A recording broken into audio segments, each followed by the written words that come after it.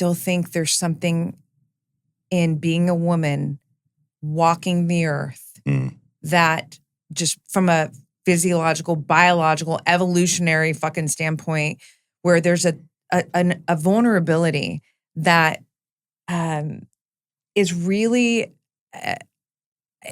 how do I want to frame this? This vulnerability makes it so, it is one of the reasons why it's so important for me personally to be with a man whose instincts are fucking, I'll just, like in my language, it's like lethal. So whether it's business, whether it's physical, whether it's, you know, just to know you're describing masculine, feminine polarity is what you're describing. Absolutely. Yeah. But I'm pointing out something that I think, because it's really, I'm not, I am woman, hear me roar. Like I've never had to do that. And my brothers have always respected. That's my fucking older sister. She's doing more pull-ups than me until I couldn't, you know, and then the roles switched. But so I've never had to prove myself as a woman. I'm not strong. I'm strong, whatever. Yeah, insecure women feel they have to prove themselves. Yeah. Right. That would be the anxious attachment or anxious avoidant. These are the people that, you know, it's really dangerous for women. And I coach women that are like billionaires. Yes. Like single and like worth ridiculous amounts of money. I coach them because they don't want me. It's got nothing to do with business. It's got to do with, okay, I want a man and I have needs. I need a man to take care of me in these ways. We're talking ultra high net worth individuals. Yes. More than one. Yeah. The most dangerous thing a successful woman can do is, I don't need a man. You tell a man that, good luck with that. I agree. Protection, loyalty, commitment, out the window. Why on earth would he be there?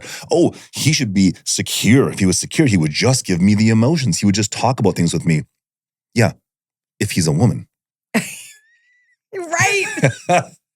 It's like, you know, you want your cake, you want to eat it too. Just like be a lesbian, you'll be good. Right, you're fine. No, it's so true. It's like you're having so women will say, the women that are they're hyper independent and they pride themselves, I am woman, hear me roar. Yeah. Again, all the power to you. Sure. Make the billions, great. Yeah. But don't think that that's a plus from a man's perspective. And don't tell me, because it's a story you sold yourself. Don't tell me that only, a secure man will be okay with my billions. Okay, number one, different conversation. A secure man's not going to be offended by your billions. He's not going to care. Right. Like, if you got billions, I'll date you. Daddy needs a new car. I mean, I just expect my birthday's going to be epic. Like, obviously. Obviously. Right? Like. Right. Don't get it twisted. Right. We're good there. Yeah. Right. No, it's so true. But showing up in a relationship, that woman has got to be able to take that masculine energy and chill it the F out.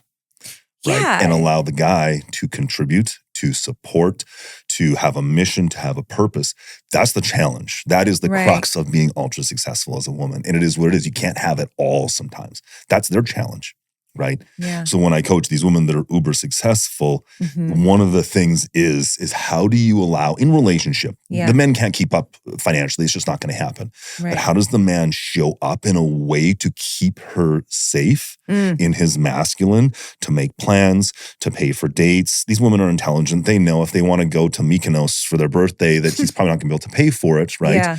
But they have to allow him to be able to take her on a vacation that is like comparable. And if she wants to go to a nicer place, he's got to be secure enough to say, like, listen, if you want to go there, I can't pay. You'll have to make the difference. I can contribute this. And she's got to let him. So very challenging. Totally. Very because hyper independence comes from, I'm a very independent woman, you know, but I wouldn't say hyper. I would just say I can handle my own. And, you know, that's, and I love that. But, you know, and going back to mom and love mom, I will always let a man be a man. Yeah. Like, let a man be a man, you know? And I think that when you,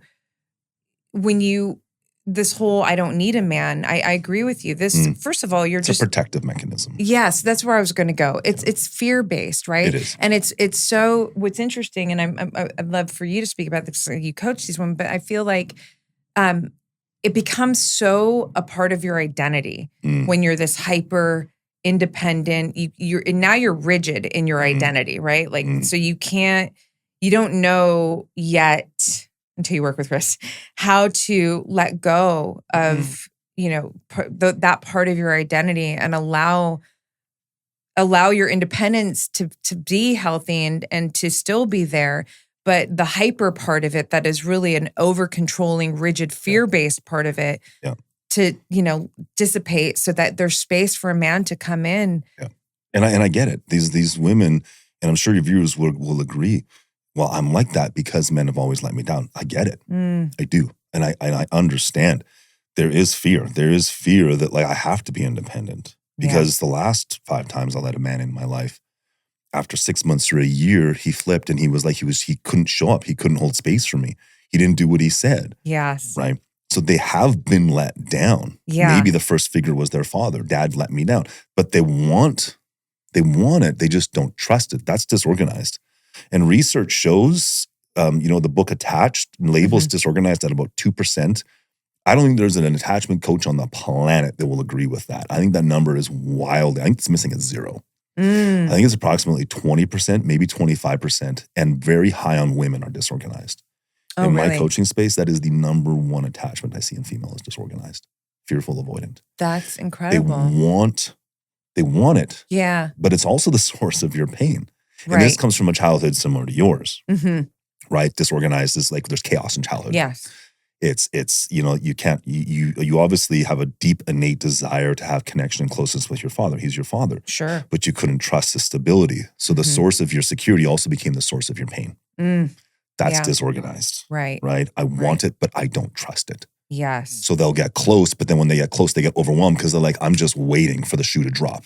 Yeah, I know exactly. something will happen. Right. I'm slow to trust. I can't trust you. I know you're going to let me down. I'm just waiting for something to happen. And they're primed. Their system is preloaded with this cortisol dump, this just waiting. Yeah. So they're constantly looking for little things to confirm the bias that this isn't the right relationship. It can't be right. I'm getting too close. It can't be right because I'm close to you.